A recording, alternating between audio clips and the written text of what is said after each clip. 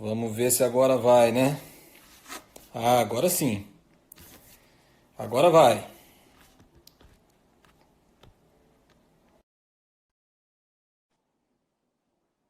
Agora vai dar certo, meus irmãos. Conectando lá com o pastor Valmir. Opa! Muito bem. Agora foi. Agora deu certo, né? Agora deu certo. Muito Pai do bem. Senhor, Então, pastor Valmir. a paz do Senhor, pastor Luiz Ricardo, que bom estar aqui com você nesta live, hein? O prazer é meu. Quero já agradecer o irmão pela disponibilidade. Nós tivemos alguns desencontros de horários e outras questões, mas no final deu certo. Deu tudo certo. O importante é estarmos aqui, né, nessa live, discutir esse assunto aí. E acho que é a primeira vez que nós falamos, né, via eletrônica desta maneira, né? Nós já tínhamos Sim, conversado várias vezes e acho que nunca tínhamos ainda alinhado alguma coisa nesse sentido. exatamente. Pastor Valmir, né, de início quero agradecer, né, o irmão pela disponibilidade, pela boa vontade com que o irmão atendeu o nosso convite. Nós temos irmãos que estão chegando ainda, mas a gente já Sim, vai começando o nosso bate-papo. Tem muita gente que está nos acompanhando que já conhece o irmão, conhece um pouco do seu trabalho, do seu ministério, mas outros não. Eu vou fazer aqui uma breve apresentação, fazer uma leitura sucinta aqui do seu currículo, até porque se fosse ler tudo a gente ia ficar aqui até o final da live. Mas depois o nada, irmão fica à vontade para complementar alguma coisa. Então, os irmãos que não conhecem, tudo.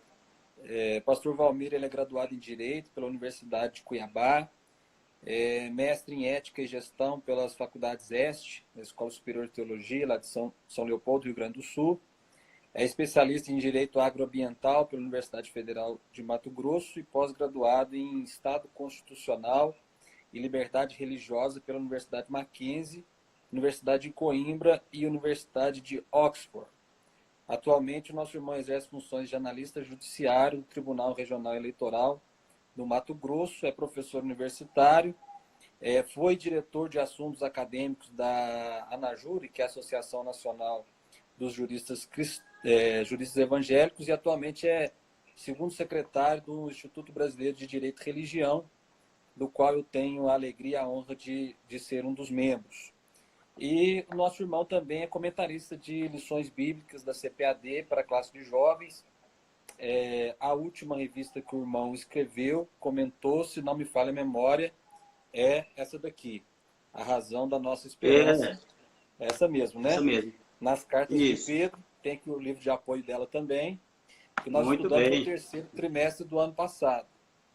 E dentre os livros que o nosso irmão já escreveu, nós temos aqui Entre a Fé e a Política, Isso. da CPAD, e temos o livro que é de onde nós vamos abordar o nosso assunto, o nosso tema dessa live, que é o cristão e a universidade também pela CPAD.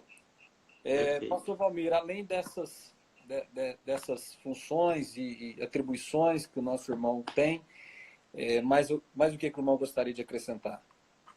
Não, basicamente é isso daí. Você fez um ótimo resumo, eu agradeço, né, pela gentileza desse resumo, além de dizer, né, das funções matrimoniais, né, sou casado e pai de um casal de filhos, né, uma bênção do Senhor poder ter todas essas atividades, mas também poder ter uma família que nos dá todo o apoio, né? Amém. E o irmão serve a Deus na Assembleia de Deus em Cuiabá, né? Exatamente, sirvo a Deus aqui na Assembleia de Deus em Cuiabá, onde também exerço atualmente, voltei agora mais recentemente, a trabalhar diretamente com a Escola Bíblica Dominical. Nunca deixei de dar aula, mas voltei a trabalhar na direção de Escola Bíblica Dominical, né, ministrando, fazendo a gestão, aquilo que o irmão já conhece, que é básico nessa área. Amém. Os irmãos que estão nos acompanhando, como eu disse antes do pastor Valmir entrar, os irmãos podem ir postando aí de onde os irmãos estão nos assistindo, é interessante essa interação.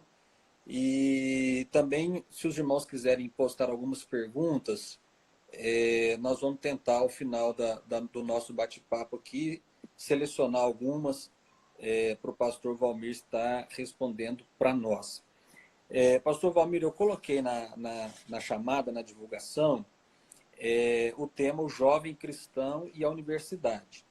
Na verdade, o seu livro é O Cristão e a Universidade. Até porque as universidades não são frequentadas apenas por jovens. Há irmãos também cristãos, servos de Deus, que já não estão na idade da juventude, da mocidade, vamos dizer assim, mas que frequentam a universidade. É claro que o nosso público aqui hoje ele é heterogêneo, mas o irmão fica à vontade nas suas colocações, né, em relação ao assunto, se quiser abordar o cristão de uma maneira geral na universidade. As duas últimas lives que eu fiz, quarta e quinta, eu fiz assim mais um bate-papo sem um roteiro. Para hoje, pastor Valmir, eu anotei aqui algumas perguntas, na verdade 9. Acredito que nós não vamos conseguir tratar de todas elas. Mas a primeira pergunta que eu quero fazer para o irmão, para dar aqui um start na nossa conversa, é a seguinte. Sim. Universidade, essa pergunta inclusive está no seu livro. Universidade é lugar de cristão? Essa é uma boa pergunta já para nós conversarmos a nossa conversa, né? Esse bate-papo aí. Realmente, há muita gente que acredita que não, né? Infelizmente, inclusive líderes religiosos que acreditam que a universidade ela não é lugar para cristão. Inclusive, uma das referências para isso, para essa conclusão, é a utilização, talvez nós vamos abordar isso mais posteriormente, mas uma das afirmações ou argumentos que geralmente é utilizado é de que, invariavelmente, cedo ou tarde, é possível que o cristão, ou principalmente o jovem, ele abandone a fé quando ele entra ou ao entrar na universidade, utilizando aquelas pesquisas que são utilizadas principalmente nos Estados Unidos, porque os Estados Unidos têm esse costume de fazer muitas pesquisas, né, que apontam que pelo menos 60% dos cristãos que entram na universidade acabam se desviando, né? E esse desviar aí tem várias acepções. Pode ser um esfriamento na fé, pode ser um abandono somente da congregação, da igreja, ou pode ser realmente o abandono das verdades que até então eram cridas. Então, com base em dados desta natureza, geralmente há quem imagine que lugar não é lugar para cristão. Mas, sim, a universidade é lugar para cristão, é um ambiente que o cristão ele precisa estar por vários motivos. O primeiro motivo que eu elenco no meu livro e que eu acho importante destacar é que a universidade ela tem uma origem com fundamento cristão. Se nós pegarmos as primeiras universidades que foram criadas ali, principalmente na Europa, como a Universidade de Bolonha, a Universidade de Paris, as próprias universidades que foram criadas na Inglaterra, todas essas universidades elas foram criadas a partir de uma perspectiva cristã. Eu tive a oportunidade de estar na Europa, na Universidade de Oxford, então você percebe ali todos os elementos do cristianismo que estão envoltos ali. E isso tinha uma razão de ser, não é porque simplesmente alguém pode dizer, mas as primeiras universidades elas foram criadas porque a Igreja Católica ela dominava a sociedade na época e acabava impondo essa perspectiva. Sim, tem essa razão de ser também. Só que existia ou existe um ponto de partida teológico para isso, que é a ideia de que o homem ele foi criado por Deus e é um homem imperfeito, incapaz, e ele precisa da ciência exatamente para entender toda a revelação de Deus que foi estabelecida da sua própria criação. Então, a ideia de ciência ela foi criada dentro dessa perspectiva. Então, o primeiro motivo é exatamente uma questão histórica, né? O segundo aspecto que eu acho importante nós destacarmos que a universidade é lugar para cristão é que, ao entrar na universidade, o cristão ele vai estar se preparando para exercer uma profissão, um exercício profissional, ou seja, né, um ofício, seja como advogado, como médico, seja como economista, administrador, não importa. E isso é muito importante, por quê? Porque nós precisamos entender que o trabalho, ele é um ofício muito importante e que através dele nós podemos também cumprir a chamada de Deus. Ou seja, nós precisamos entender a importância da universidade como esse instrumento social, como uma instituição social que nos prepara para o mercado de trabalho. E através da nossa profissão nós podemos glorificar a Deus. Basta nós olharmos para as Escrituras que nós vamos ver a Bíblia recomendando em diversas ocasiões a atividade do trabalho e fazendo sérias críticas, né, em relação à preguiça, em relação àquela morosidade, né, à falta de vontade de poder trabalhar. E o terceiro aspecto que eu acho importante, se quiser fazer uma parte... Só uma parte, porque senão depois a gente acaba perdendo a oportunidade. A profissão, a vocação profissional, ela pode e deve ser o exercício de um ministério, é mais ou menos essa a colocação? Exato, com certeza. Porque para isso, eu falo bastante sobre esse tema, um capítulo trata exatamente sobre esse assunto aqui no livro. Há uma perspectiva, uma ideia que paira na mente de muitos cristãos, que a ideia de chamada ela está restrita à atividade eclesiástica e puramente religiosa.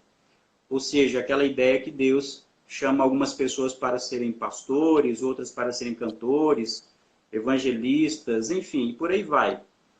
Só que essa é uma visão muito estreita do que seja a chamada de Deus. Primeiro que nós temos uma chamada geral, que todas as pessoas receberam essa chamada, só que nós precisamos entender também que nem todas as pessoas têm uma chamada ministerial. Talvez nem todos terão a chamada para exercer essa atividade eclesiástica ou puramente religiosa. Mas precisamos entender que o trabalho ele pode ser um instrumento do exercício dessa chamada divina.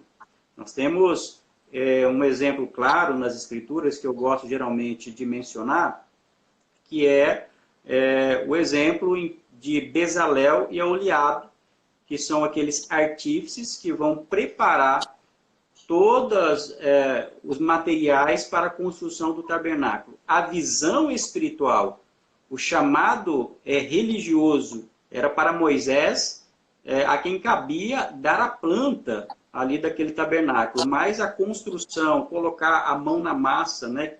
Porque eles receberam, a Bíblia diz que eles receberam a sabedoria e inteligência da parte de Deus para realizar aquela atividade. Então, é nesses termos. Então, precisamos compreender isso.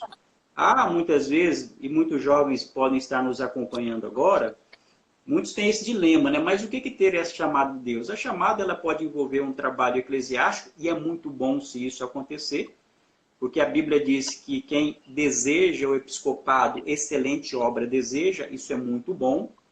Agora, nem toda a obra de Deus, nem toda chamada se resume ou se restringe à atividade puramente eclesiástica. A pessoa pode ser utilizada, utilizando essa sua profissão como advogado, como eu mencionei, como médico. Imagine a importância de um professor como um canal de bênção. Imagine, né, um jornalista utilizando a sua profissão para divulgar boas informações, boas notícias dentro de uma perspectiva.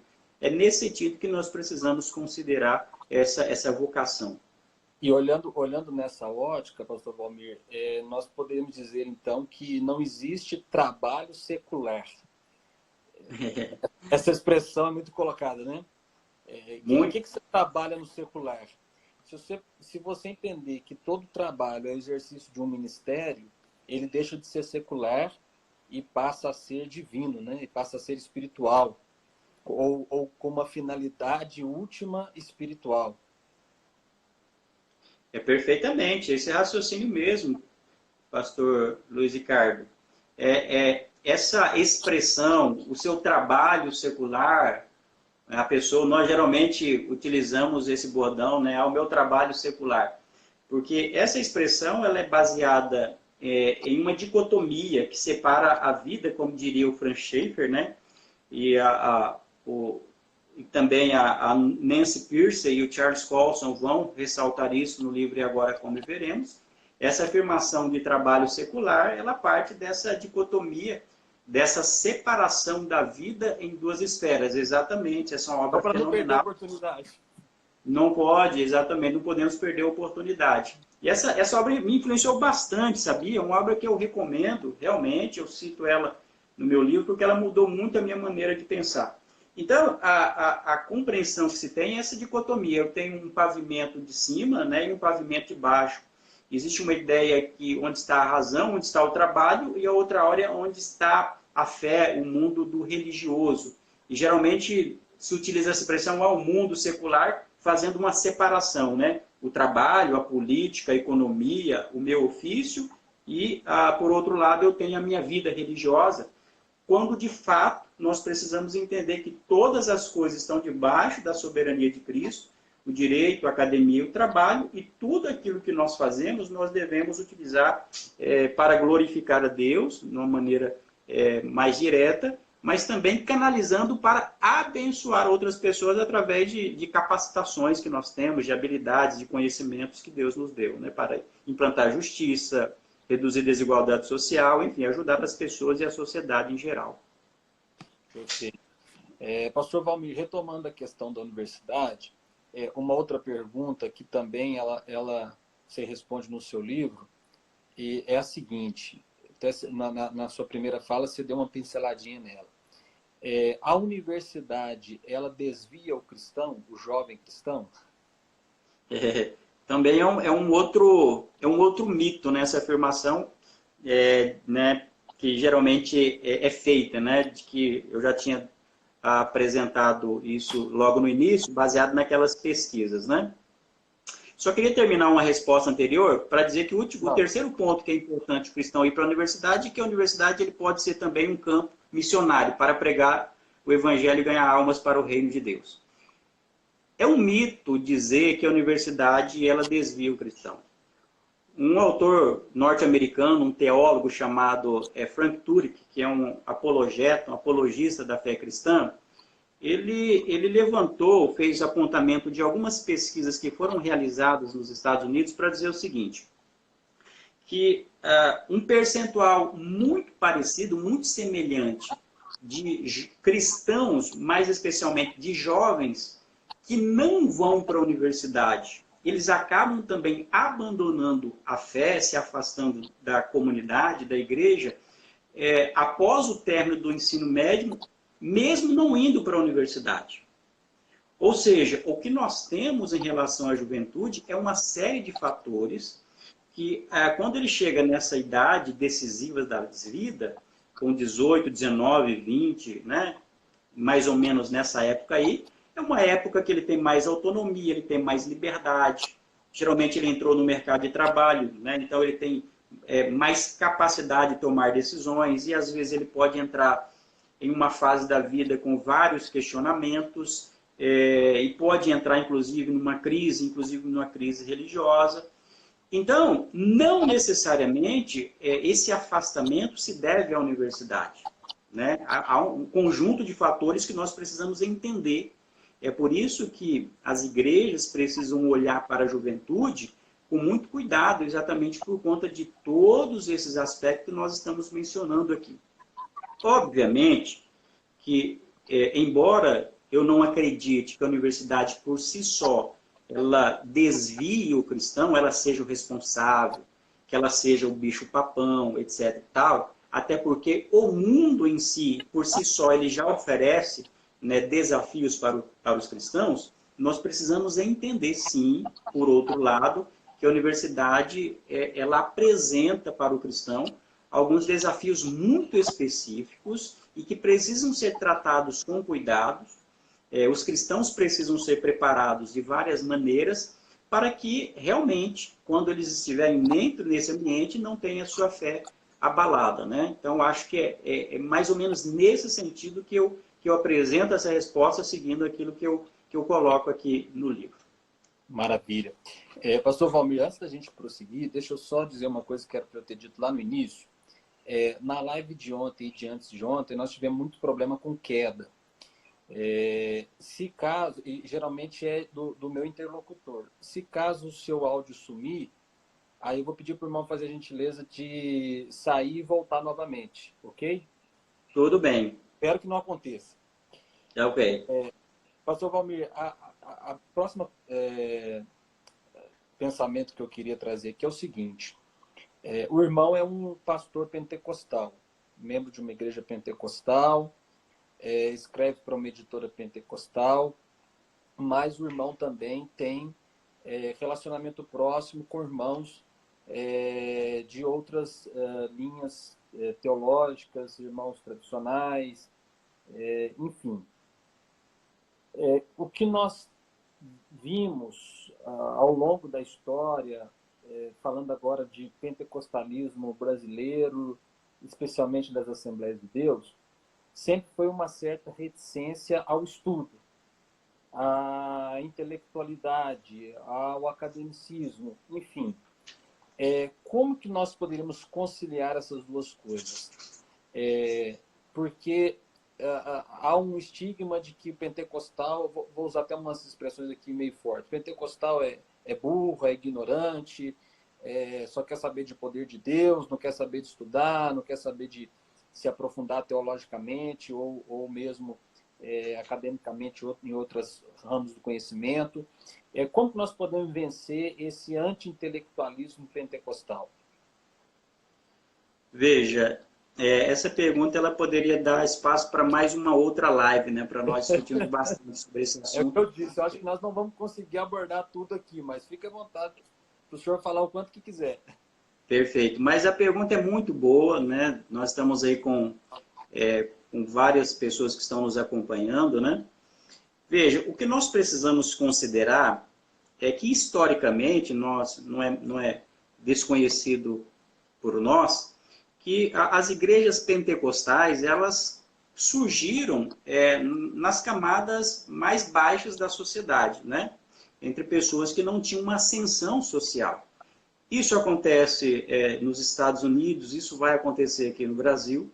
Então, é natural que quando nós temos o surgimento do pentecostalismo, as pessoas que fazem parte do pentecostalismo, da primeira, da segunda, da chamada terceira onda, e até bem recentemente, eram basicamente pessoas que não tinham, na grande maioria, eu estou dizendo na grande maioria, pessoas que não tinham acesso ao conhecimento formal.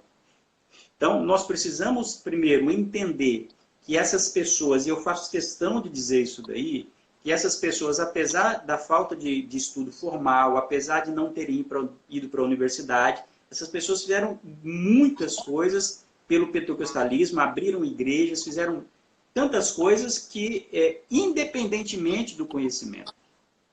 Isso gerou, obviamente, por outro lado, um certo afastamento em relação ao estudo formal. E dentro disso foi se desenvolvida, dentro de uma teologia popular. O que é uma teologia popular? É uma teologia que ela não foi firmada dentro de uma perspectiva doutrinária e dogmática daquela confissão. Aquilo acabou se disseminando, portanto, a desnecessidade de uma universidade, de um estudo secular. Ou seja, criou-se a ideia, né, uma aversão à intelectualidade, entendendo que a intelectualidade era algo desnecessário, porque levava a pessoa a ser crítica demais, ser fria demais na fé, né? Ou seja, a pessoa não era pentecostal por ser intelectual. Então, esses mitos foram criados a partir dessa perspectiva. Agora, nós precisamos entender, e muitas vezes, essa cultura popular, é preciso dizer, ela foi embasada em interpretações equivocadas de alguns versículos bíblicos. Nós sabemos perfeitamente, como o versículo que é muitas vezes citado, né? A letra mata e o espírito vivifica, né? Esse é o campeão, né? Esse é o campeão, né? Ou então dizer que Deus ocultou essas coisas dos sábios e entendidos, ou quando utilizam a afirmação de Paulo, né? acerca das vãs filosofias, e alguém vai dizer que não é preciso estudar filosofia. Ou seja, são interpretações equivocadas. O que nós precisamos entender é que a mente, a intelectualidade, ela tem uma importância muito grande dentro da vida cristã. Por quê? Primeiro que a mente, a inteligência, a capacidade de raciocínio, ela foi nos dada pelo próprio Deus e faz todo o sentido nós utilizarmos isso para glorificar a Deus. E eu geralmente, eu observo e cito que o homem que deixou pelo menos 13 documentos do Novo Testamento, o apóstolo Paulo era um homem de uma capacidade intelectual muito grande, que sabia lidar muito bem com os escritos do Antigo Testamento, mas tinha uma habilidade muito grande em relação à filosofia da sua época. E isso foi importante. Pode contribuir. Só uma parte. E além da utilização errônea dos versículos, dessa má interpretação, outra questão que se justificava e justifica até hoje é um jargão, né, evangélico de que Deus não usa os capacitados, mas capacita os que chamam. É um outro jargão, é uma outra afirmação que acaba se tornando uma verdade no nosso meio. E Paulo pensa que é exatamente o contrário, né? É exatamente o contrário. Ou que pelo menos uma coisa não exclui a outra. Exato, e aí está o ponto que eu queria chegar, né? Quando nós compreendemos o conhecimento e a intelectualidade de maneira adequada, de maneira correta, nós vamos entender que a intelectualidade cativa do Evangelho, com humildade e com sabedoria, ela serve para glorificar a Deus. Alguém geralmente diz assim, mas quem tem muito conhecimento geralmente se torna uma pessoa soberba. Não necessariamente. Não necessariamente. Tem muitas pessoas que não têm estudo formal, mas se arrogam da sua própria ignorância. Vai falar, Deus me usa independentemente disso. Olha, isso é um tipo de arrogância também. O John Stott ele tinha algo interessante que ele afirmava, que ele dizia, todo conhecimento que nós adquirimos deve nos conduzir a 3 coisas. Adoração a Deus, amor ao próximo e uma vida de santidade. Se nós entendemos intelectualidade como utilizar a nossa capacidade dentro da vontade de Deus e para a glória de Deus, nós estamos falando de algo que é positivo. E nesse aspecto, há um livro que eu cito aqui e que gostaria de recomendar a todos que estão nos acompanhando, que é o livro do Rick Nunes, Pentecostal de Coração e Mente. É um livro muito interessante para dizer o seguinte, para dizer que nós que somos pentecostais, nós não podemos desprezar aquilo que nós acreditamos, como o batismo do Espírito Santo, os dons espirituais, o fervor espiritual, mas não, mesmo nós acreditando nisso, nós não precisamos abandonar a intelectualidade, o estudo, a boa leitura. Quando nós temos a junção dessas duas coisas, aí nós temos realmente um pentecostalismo, que ele é um pentecostalismo inteligente, sábio, mas ao mesmo tempo é um pentecostalismo sempre renovado, porque nós vamos colocar em prática os dons e a virtude do Espírito Santo, né? Maravilha. Maravilha, pastor Valmir. Pessoal que tiver alguma pergunta, pode ir postando aí que depois a gente vai tentar responder aqui. Pastor Valmir, dentro dessa linha ainda de intelectualismo, de estudo, de ciência, etc., a pergunta que eu queria fazer é a seguinte: é possível conciliar fé cristã e ciência? E se é possível, como? Isso é interessante. Aqui, quando nós falamos da importância da intelectualidade e até mesmo da lógica e da razão, nós estamos utilizando um pensamento que é um pensamento essencial para nós, né?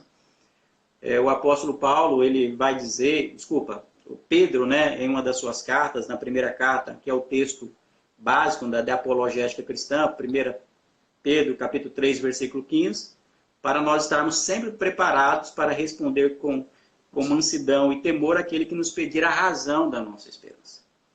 Então, é possível, sim, nós fazermos essa conciliação. O que nós precisamos evitar, e é preciso fazer uma distinção entre o uso da racionalidade e o racionalismo. A racionalidade é a utilização da inteligência que Deus nos deu, né, submetendo a razão ao evangelho. Martinho Lutero ele falava, olha, existe uma distinção do uso magisterial da razão e o uso ministerial. Ele dizia, o uso magisterial da razão é quando a razão sobrepõe-se ao evangelho. E o uso ministerial da razão é quando o evangelho se sobrepõe à razão. Então, nós que somos pentecostais, nós não caímos em um racionalismo. Até porque nós valorizamos bastante a ideia de experiência, né? Que é a vivência de Deus no dia a dia, dos dons espirituais.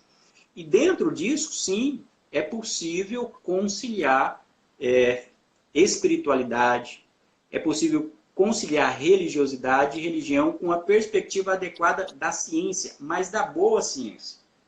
E nesse sentido, quando eu falo aqui de boa ciência, eu estou falando de uma ciência que não é como pressuposto, ou que não utiliza um pressuposto básico de ateísmo, que desconsidera desde o início a existência de Deus. Porque nesse caso é uma má ciência, que é uma ciência basicamente doutrinadora, e que não está em busca da verdade, mas ela está simplesmente também querendo criar pessoas que são seguidores daquele aspecto ou daquela linha de raciocínio.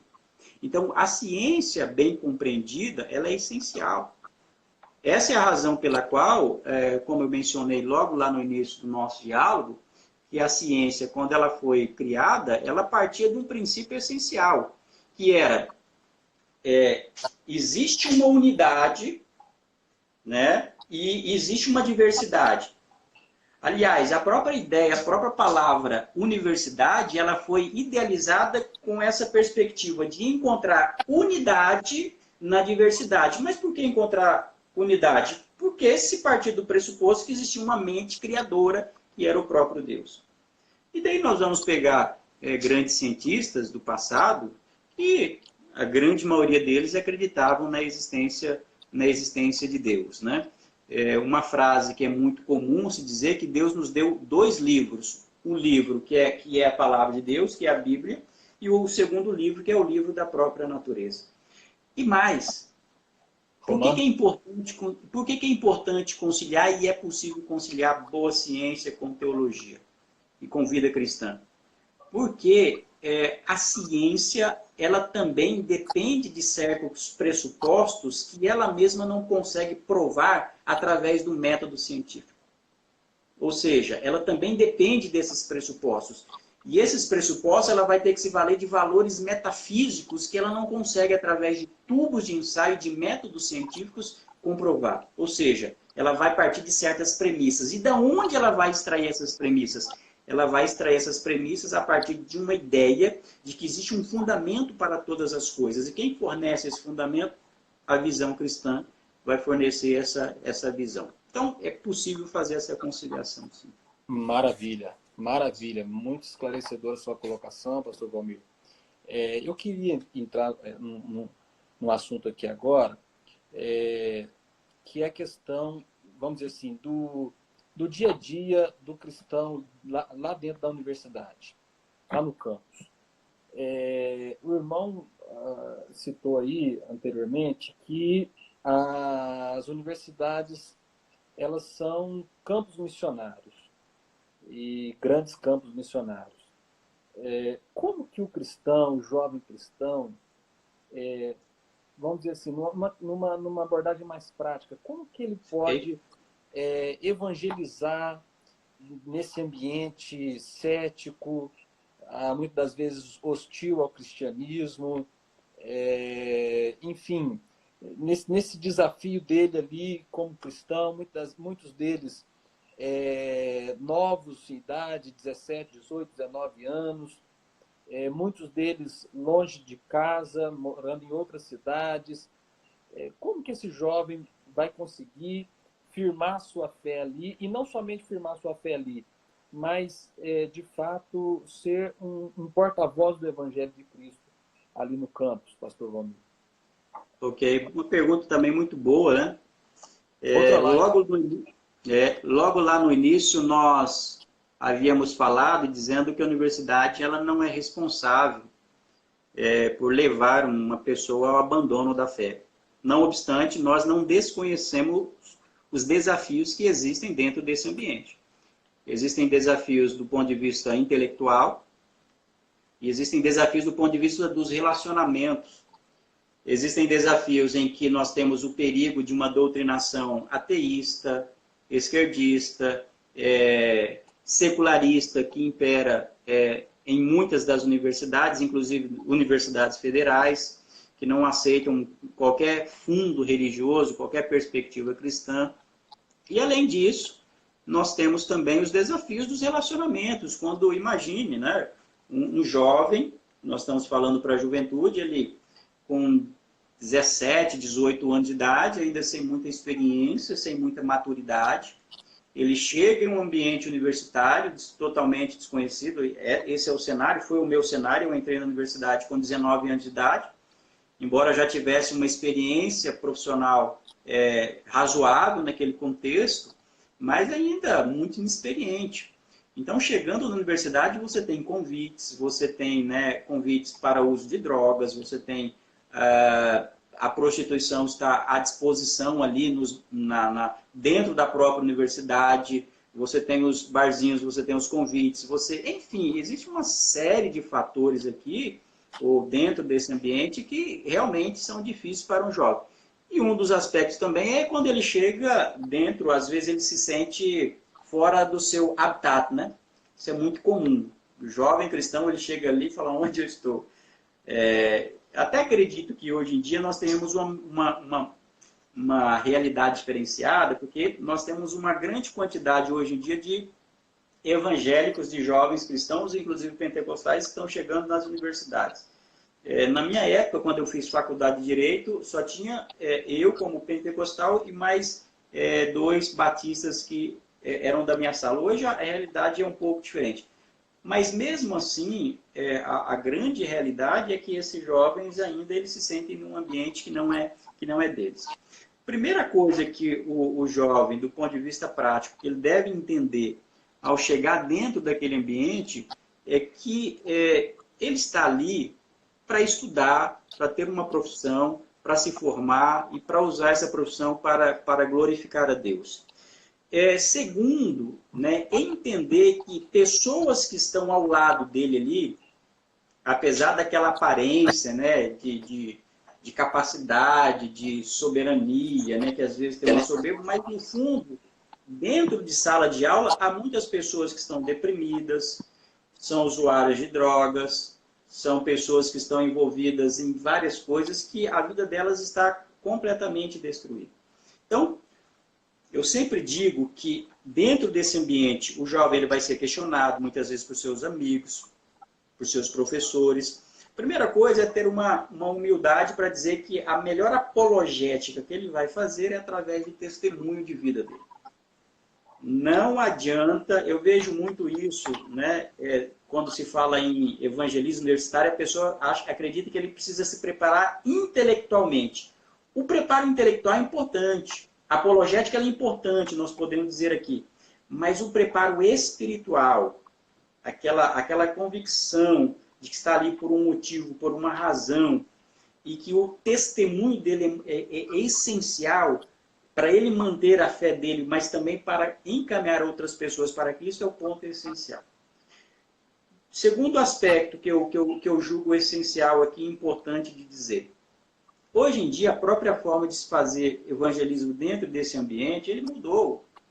O Timothy Keller, e eu cito no livro também, ele fala, olha, dentro desse ambiente, né, o mecanismo mais eficaz de você pregar a Cristo, além do seu testemunho, é fazer um evangelismo, ele chama de evangelismo 1 a 1.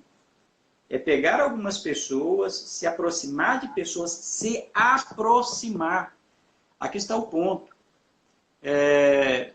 Quando eu entrei na universidade, eu tinha ainda aquela ideia de que eu deveria me manter afastado.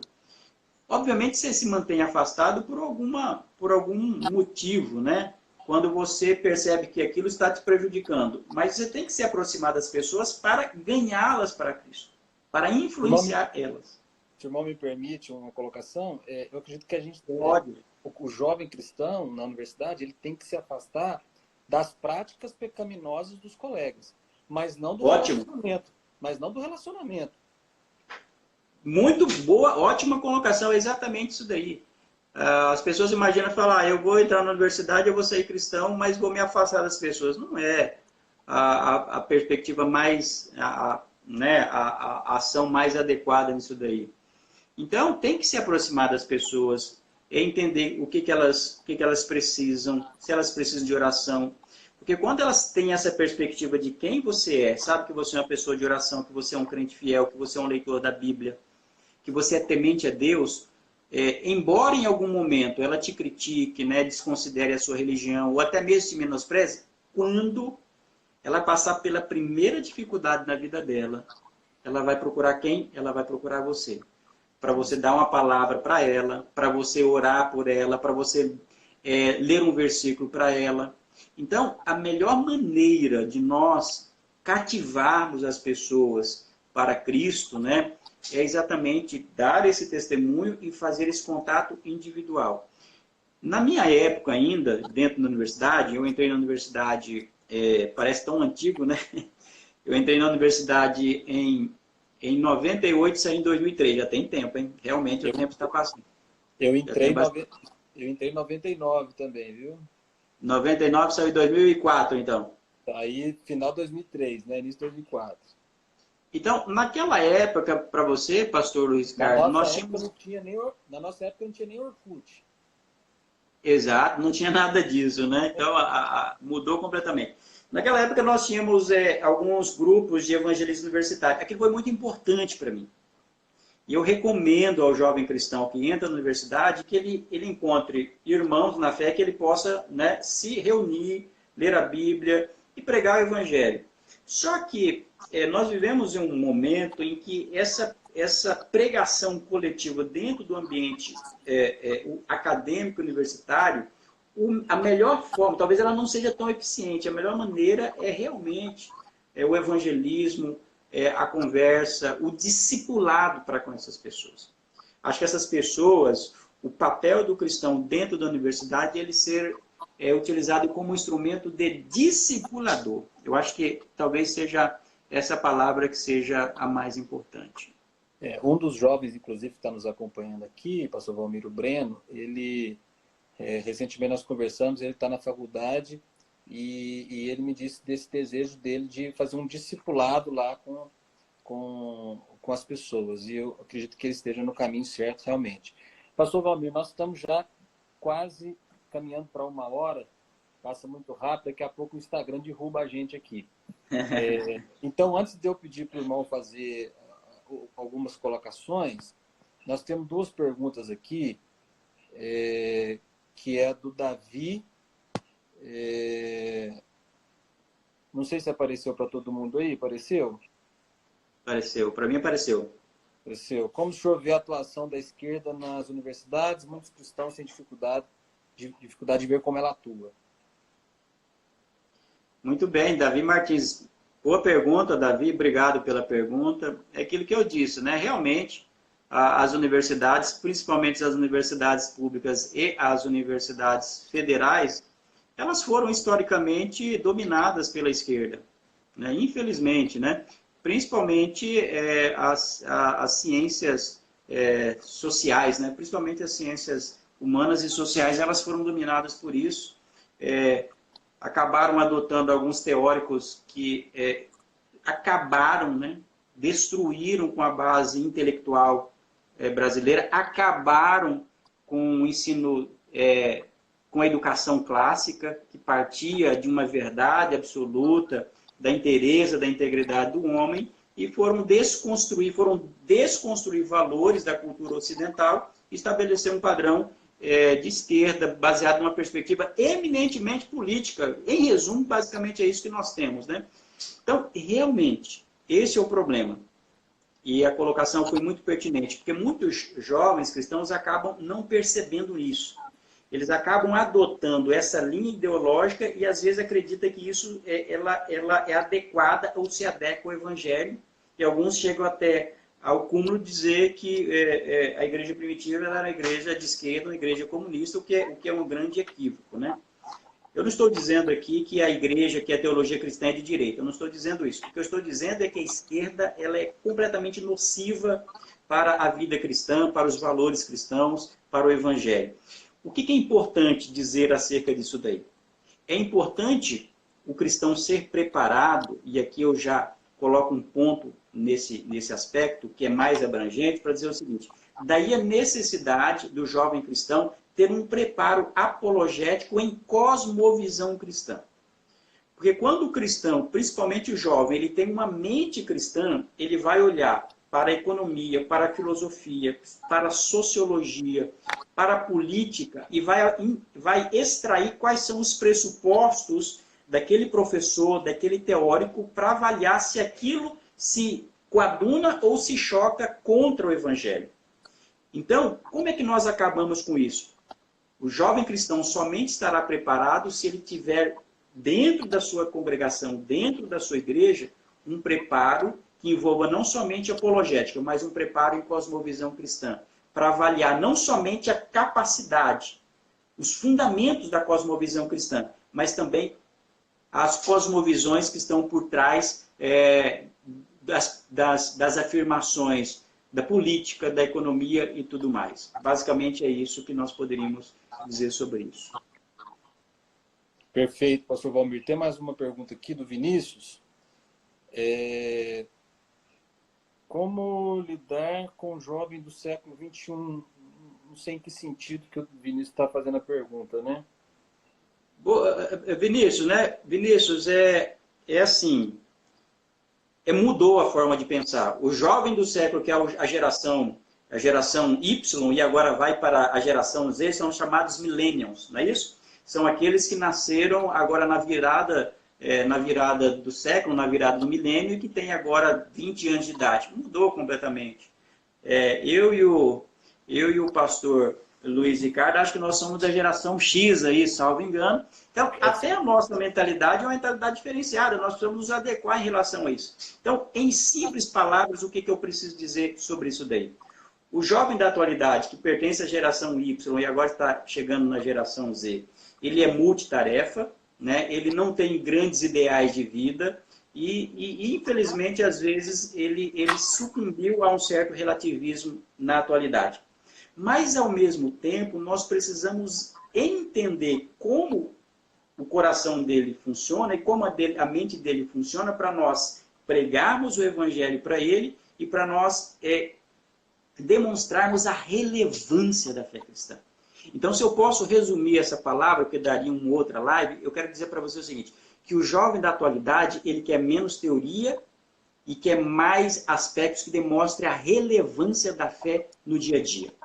E nós podemos demonstrar para ele que a fé cristã, ela funciona porque ela é verdadeira. Não é verdadeira porque funciona. Por isso, nós podemos dizer que a fé cristã ela é importante para a economia, ela é importante para a política, ela é importante para todos os aspectos da vida. Quando nós levamos esse tipo de mensagem para o jovem cristão que está na universidade, ele vai fazer uma conexão entre aquilo que ele aprende na igreja com aquilo que ele ouve lá na universidade. Porque se ele não conseguir ver esse vínculo, ele vai falar, para que serve isso daí? Então, o jovem do século XXI, entre muitas outras coisas, ele pensa a partir da perspectiva da relevância da fé. E a fé cristã ela é relevante para a sociedade, para o ser humano. Maravilha. Pastor Valmir, nós temos mais uma, não sei se seria uma pergunta, uma colocação, uma pergunta, do nosso amigo pastor Gunnar Berg de Andrade, que é o coordenador acadêmico da ETAD, da FETAD, também escritor, teólogo. É uma alegria ter o pastor Gunnar aqui conosco. A pergunta dele é a seguinte: a presente geração pentecostal de jovens é espiritualmente pronta para a universidade? O irmão acabou abordando isso um pouco lá atrás, né? Mas fica à vontade, pastor Valmir, e agradecer ao pastor Gunnar aí pela participação. Amém. Eu também quero agradecer ao pastor Gunnar. Satisfação poder receber a sua pergunta. Saudade de você, meu amigo, pastor Gunnar. Nós tivemos algum tempo ele esteve aqui em Cuiabá ministrando. Pastor Gunnar, um grande amigo, né, vinculado à ITAD ali em São Paulo, e filho do pastor Claudionor de Andrade ali da CPAD. Então, minha saudação, poder receber a sua informação. Pastor Gunnar, eu respondo essa sua pergunta, que é uma pergunta muito importante, com uma pesquisa que foi realizada nos Estados Unidos e eu acredito que ela espelha a realidade.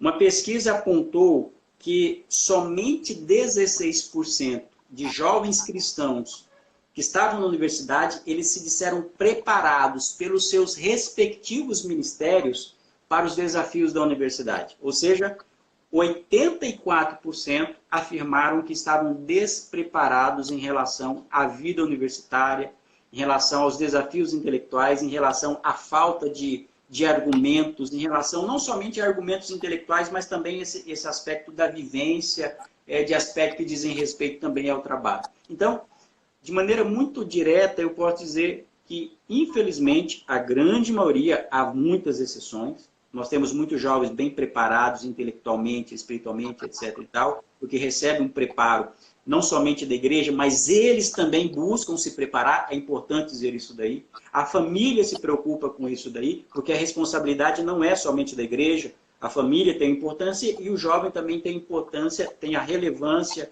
e a responsabilidade de se preparar.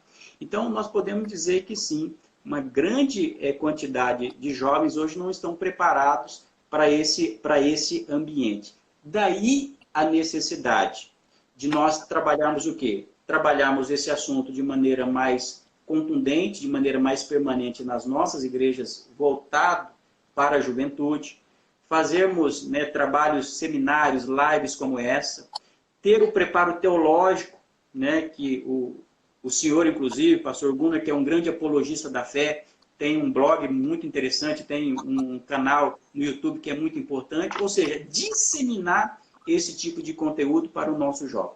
Mas dizer o seguinte também, o preparo apologético intelectual ele é muito importante, é claro, mas o preparo espiritual é sempre o ponto de partida.